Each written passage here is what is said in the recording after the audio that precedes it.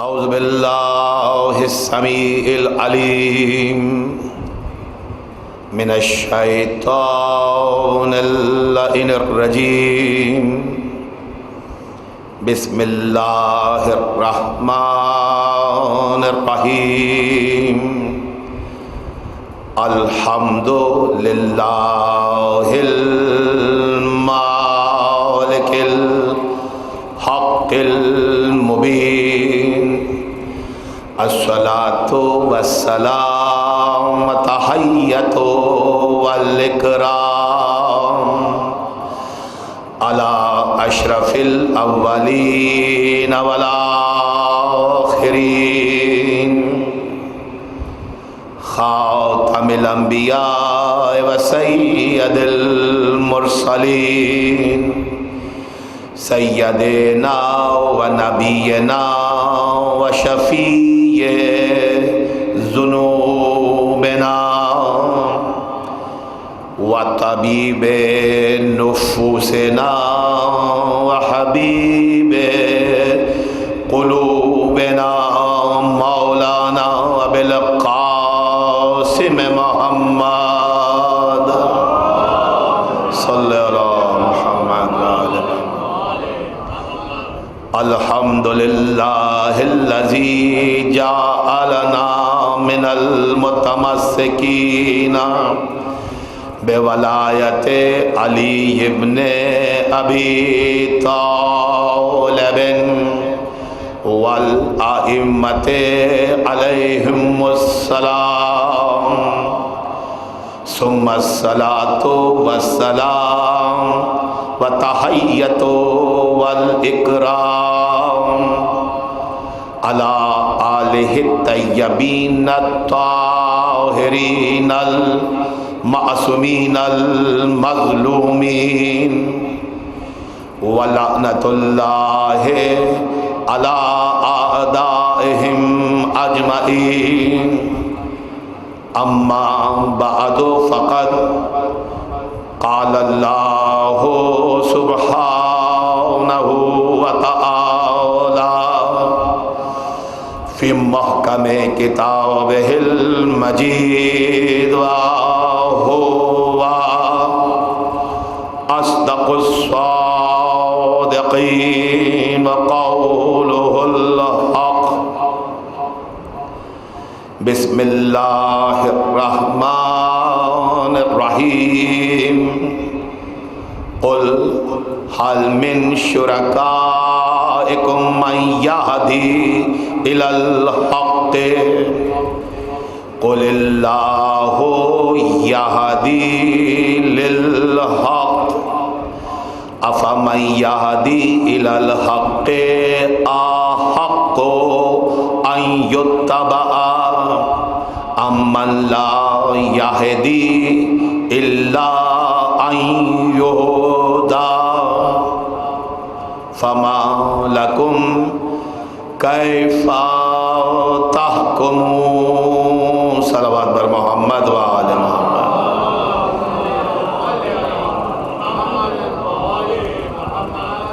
عظمت محمد و آل محمد پر بلند ترین صلوات بھیجیے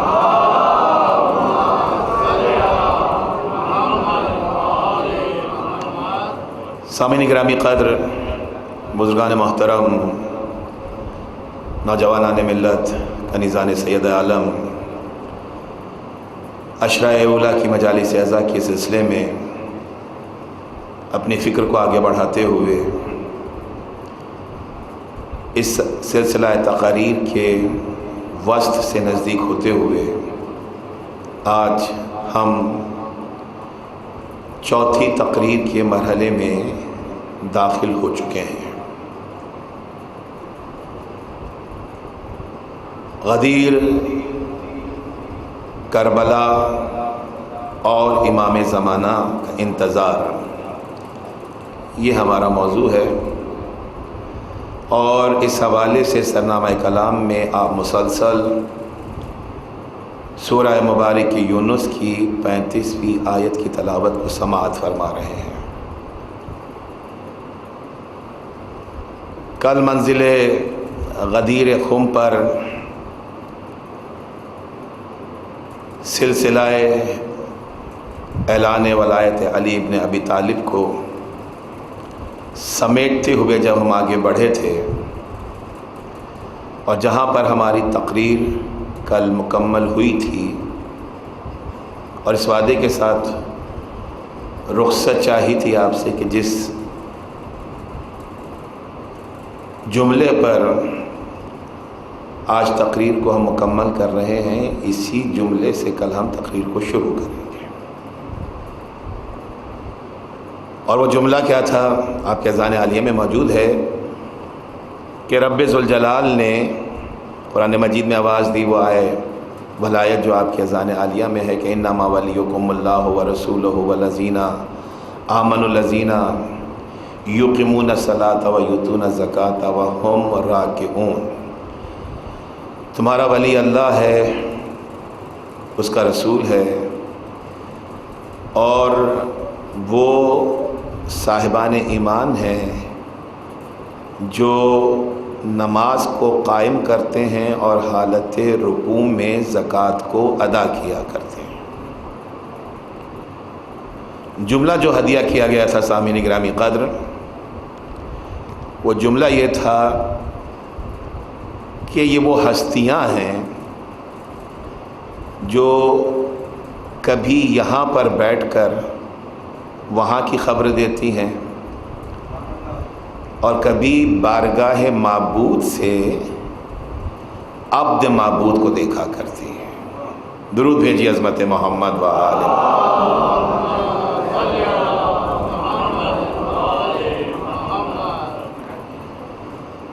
کبھی انہوں نے فرش سے عرش کی خبر دی ہے اور شان بندگی چونکہ بلند ہے، شان عبدیت چونکہ منزل معراج پر ہے، تو کبھی فرش پہ رہتے ہوئے عرش کی خبر دیتے ہیں اور کبھی حضوری معبود میں رہتے ہوئے عبد معبود کو دیکھا کرتے ہیں. حضوری معبود میں رہتے ہوئے گفتگو آپ کے اذان عالیہ میں موجود ہے کہ جب کسی نے سوال کیا کہ 2 دفعہ سائل نے مانگا تھا آپ نے نہیں دیا، کل گفتگو ہو چکی ہے. جب اس نے شکوہ کیا آپ نے فوراً انگوٹھی زکوٰۃ میں دے دی. جواب کیا تھا؟ کائنات کے امیر کا کہ 2 دفعہ مانگا تھا، دنیا والوں سے مانگا تھا، علی حالت نماز میں دنیا میں نہیں ہوا کرتا، اس لیے کہ یہ نماز پڑھتے نہیں ہیں، یہ نماز کو قائم کرتے ہیں. نماز پڑھنے والے اور ہیں، نماز کو قائم کرنے والے اور ہیں.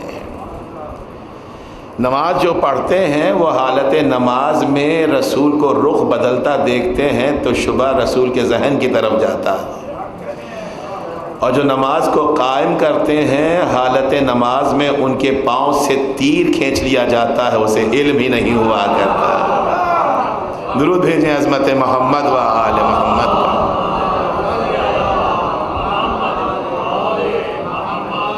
انہیں علم ہی نہیں ہوتا ہے، اس لیے کہ یہ یقیمون الصلاۃ کی منزل پر ہیں، یہ نماز کو قائم کرنے والے ہیں. عزیزان محترم، میرے مولا نے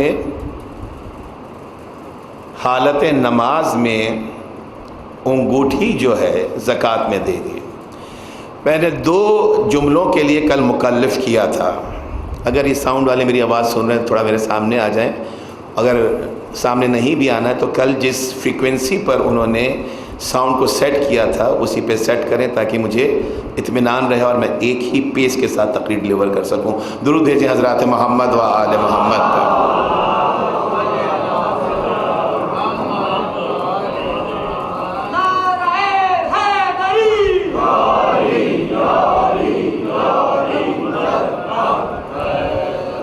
اگر میری آواز پہنچ چکی ہے تو مجھے اطمینان دلائیے تاکہ میں آگے بڑھوں.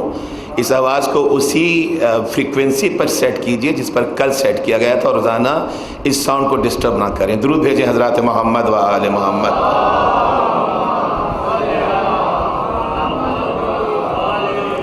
اصولاً تو پڑھنے والے کا اور ساؤنڈ پہ بیٹھنے والے کا آئی کانٹیکٹ ہونا چاہیے، تاکہ اگر کوئی دشواری کسی کو پیش آ رہی ہے تو دین اینڈ دیئر اس کو ریکٹیفائی کیا جائے۔ درود بھیجیں حضرات محمد و آل محمد۔ کل والے سسٹم پہ لکھ کر آئیے۔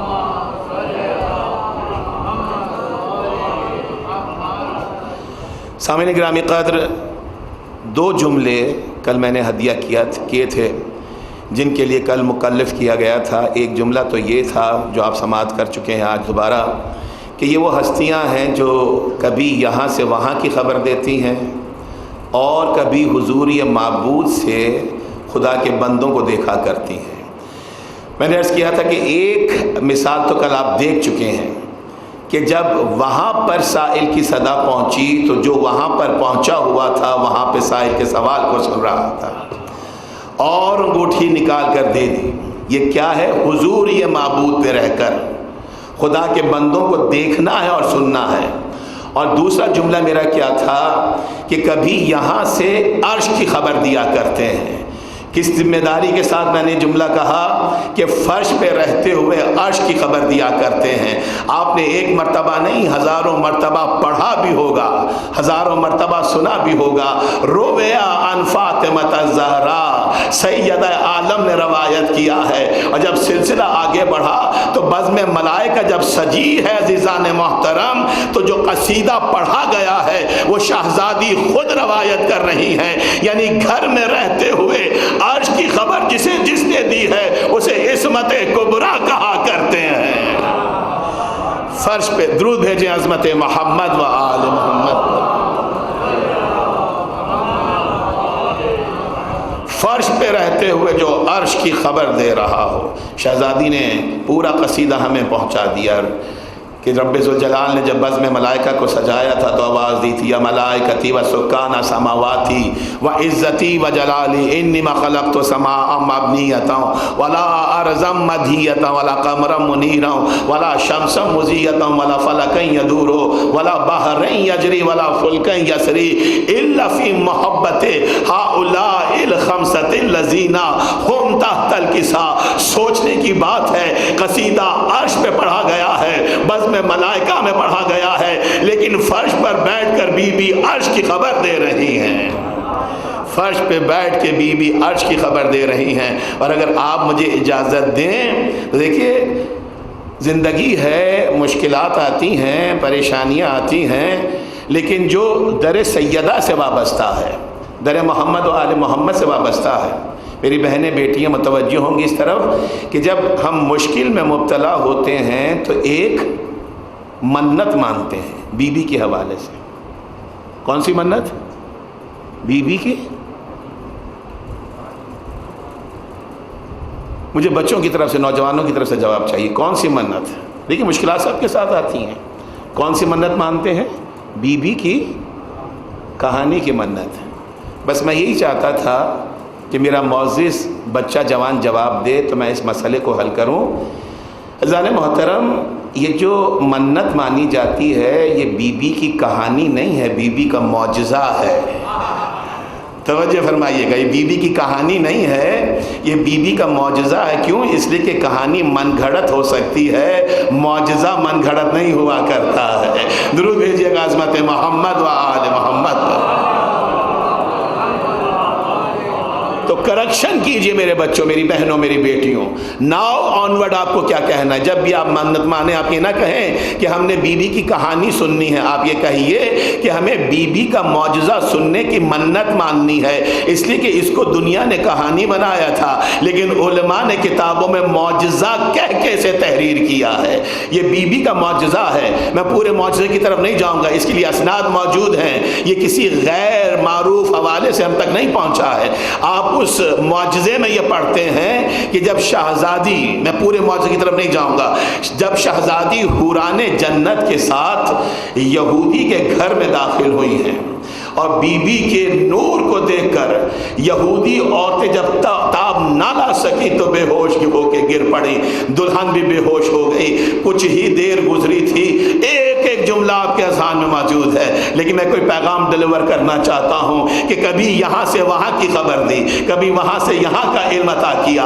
عزیزان محترم، معجزہ یہ بتاتا ہے کہ کچھ ہی دیر کے بعد سب کو ہوش آ گیا، لیکن دلہن کو ہوش نہیں آیا۔ دلہن اسی طرح سے پڑی، اسے ہوش نہیں آیا۔ کیا کیا شہزادی کونین نے؟ مسلح عبادت بچھایا، بچھانے کے بعد 2 رکعت نماز پڑھی، اور ایک شعر جو آپ کے حافظے میں موجود ہے، بی بی نے دعا کے لیے ہاتھوں کو بلند کیا اور کیا جملہ کہا؟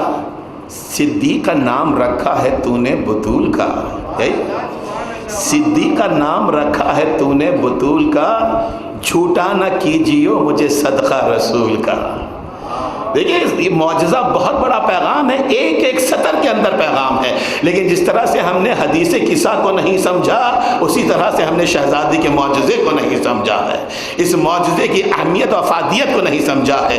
شہزادی نے 2 رکعت نماز پڑھی ہے، یہ صدیقہ کونین ہے، یہ جگر گوشہ بطول ہے، یہ مخدومہ 2 عالم ہے۔ کیا میں یہ تصور رکھ سکتا ہوں کہ شہزادی کی زبان مبارک سے نکلتا اور اس دلہن کو زندگی نہیں ملتی؟ نہیں مل سکتی تھی، لیکن پھر بھی شہزادی نے 2 رکعت نماز پڑھ کے دنیا کو بتلایا کہ جب بھی ہمیں کچھ مانگنا ہوتا ہے پہلے مسلح عبادت پر آتے ہیں، پھر رب سے مانگا کرتے ہیں۔ پہلے درود بھیجیں عظمت محمد و آل محمد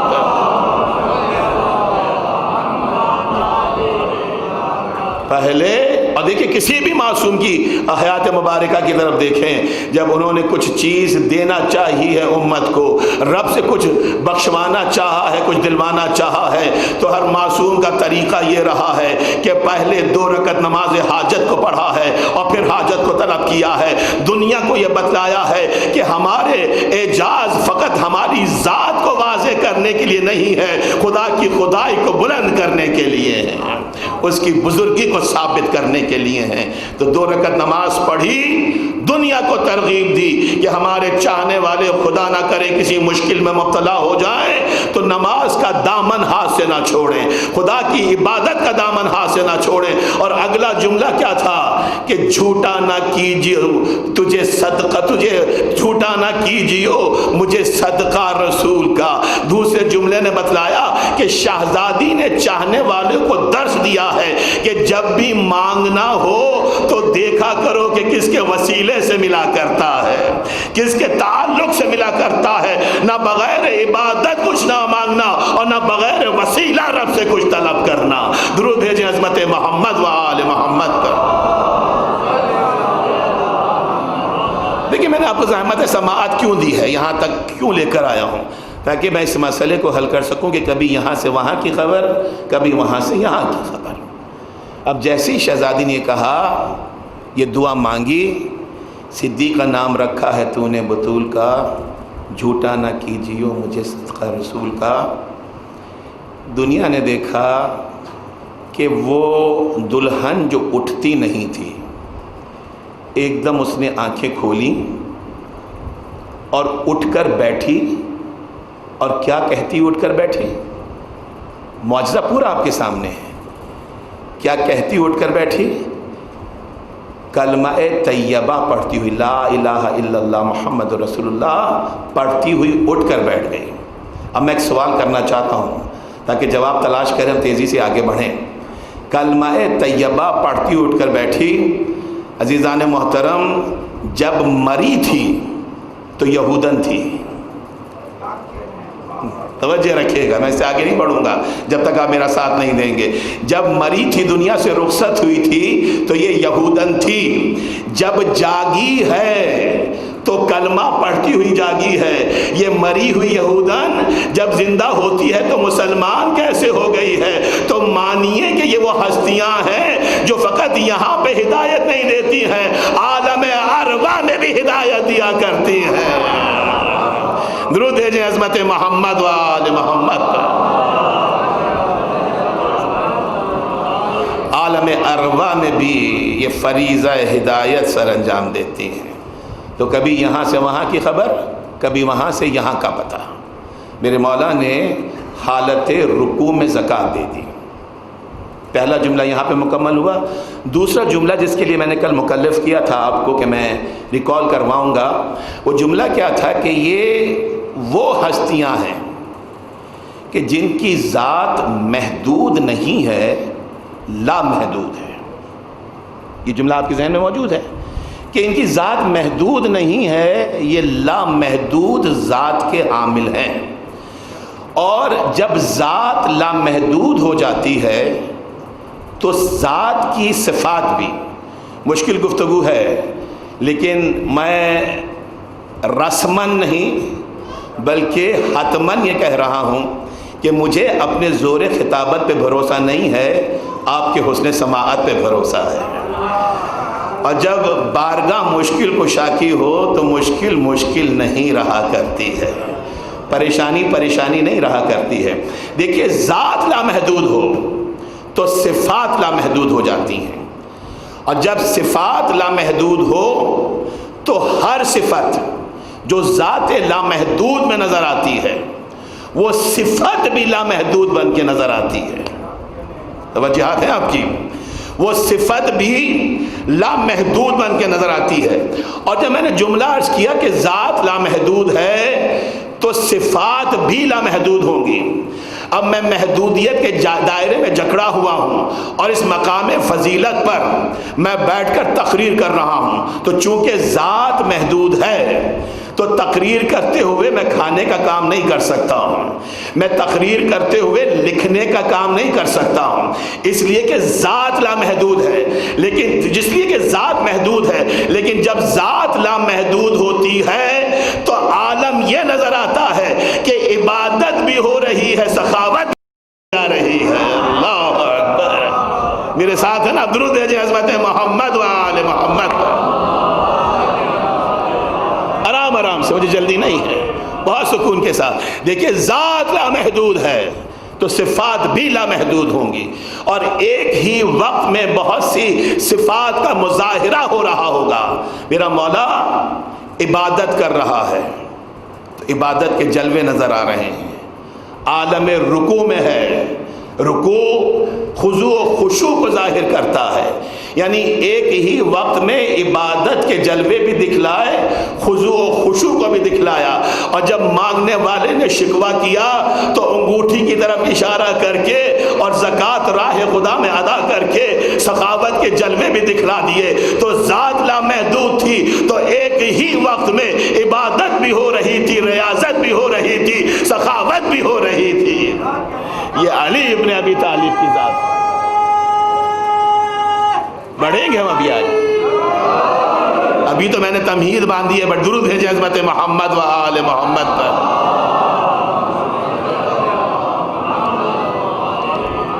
دیکھیں، یہ جو میرے بچوں، میرے نوجوانوں، میری بہنوں، میری بیٹیوں، جو انگوٹھی راہ خدا میں عالم رکوع میں زکوٰۃ کے طور پیدا کی ہے، اس لامحدود ذات کی عظمتوں کو پہچاننا ہے۔ میں بہت کثرت سے ایک جملہ عرض کرتا ہوں شان امیر کائنات میں کہ یہ کارخانہ ہستی کا مرد نامتناہی ہے میرا مولا علی ابن ابی طالب۔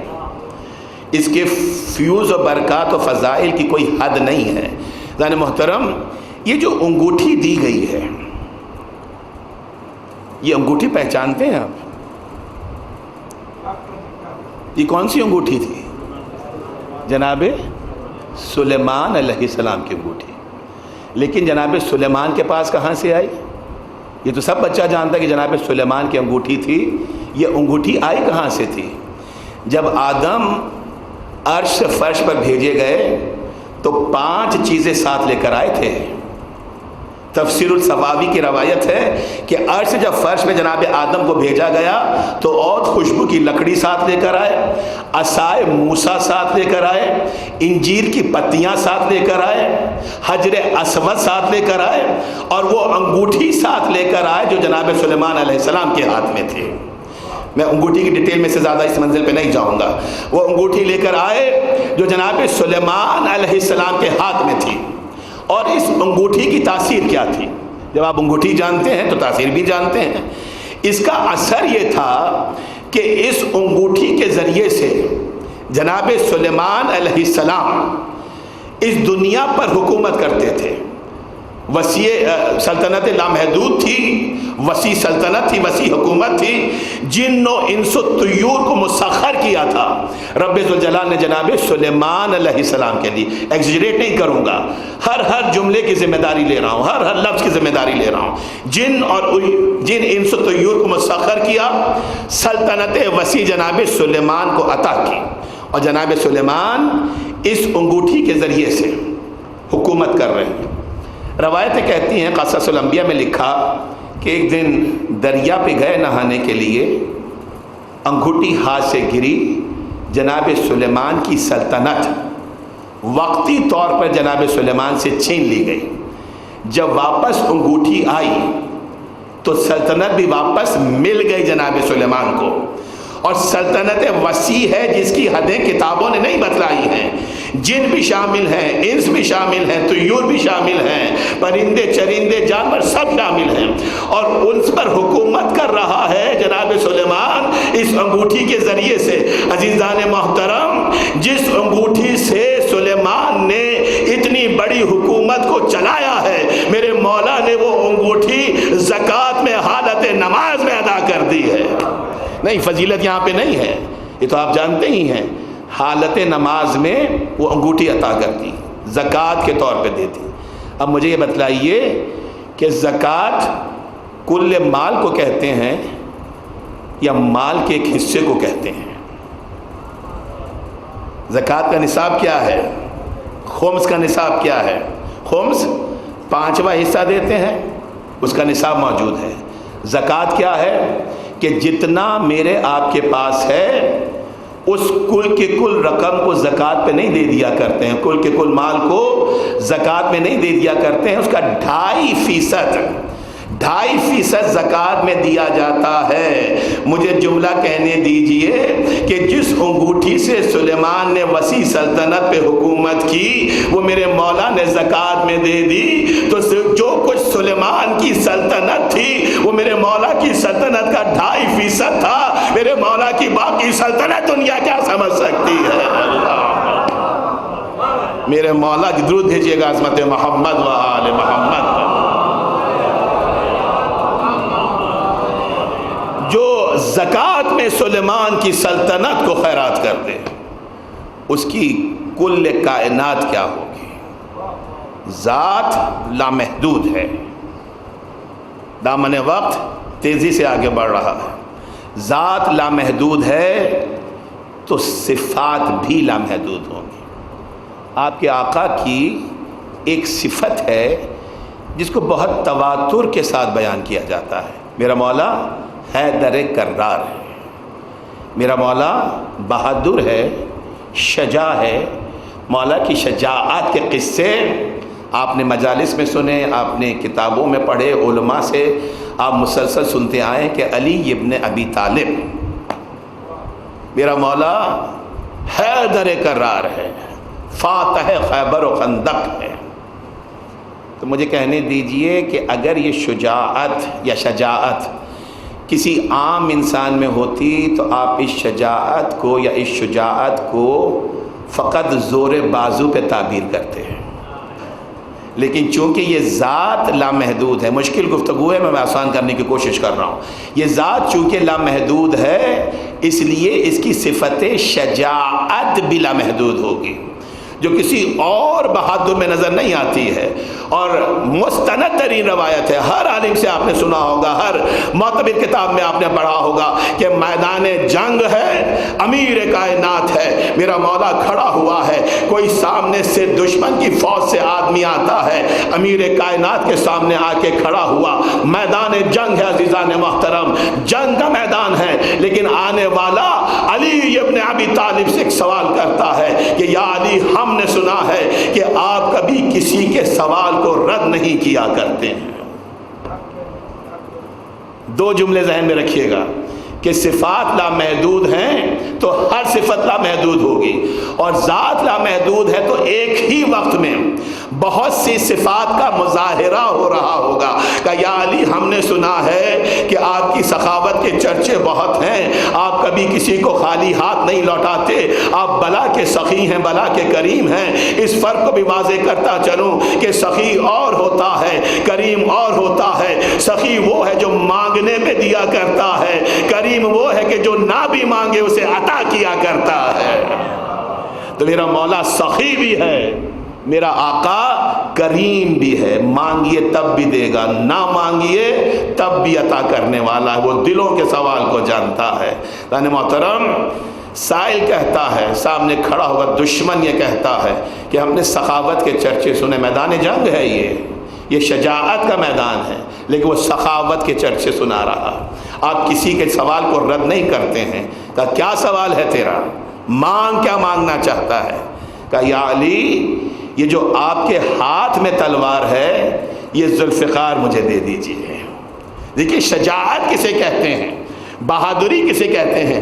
یا علی یہ جو تلوار ہاتھ میں ہے یہ مجھے دے دیجئے۔ میرے مولا نے اگلا سوال نہیں کیا ہے کہ جب ذوالفقار ہاتھ میں نہ ہوگی تو میدان جنگ میں علی لڑے گا کیسے؟ ایک مرتبہ ذوالفقار دشمن کے حوالے کر کے دنیا کو بتلا دیا کہ بہادری کبھی تلوار کو چلانے کو کہتے ہیں، بہادری کبھی تلوار کو دشمن کو دے دینے کو کہا کرتے ہیں۔ اللہ یہ ہے علی کی شجاعت۔ درود بھیجیں عظمت محمد و آل محمد۔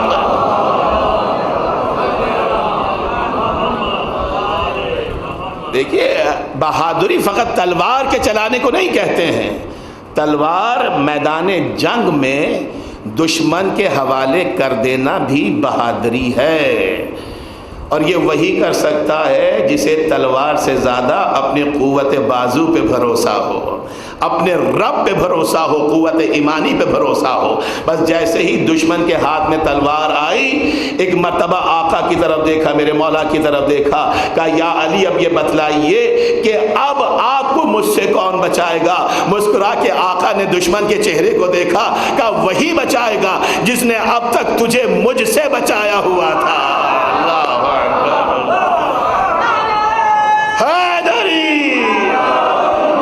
بلند ترین صلوات بھیجیے عظمت محمد و آل محمد۔ شجاعت سمجھ میں آئی عزیزان محترم کہ بہادری کسے کہتے ہیں؟ کہا کون بچائے گا؟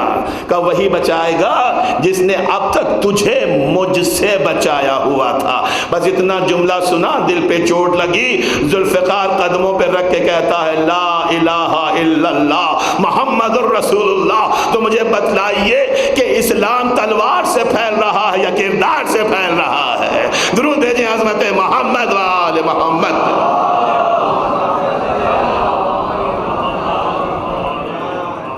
بے ترتیب نہیں، اجتماعاً بآواز بلند نعرہ صلوات۔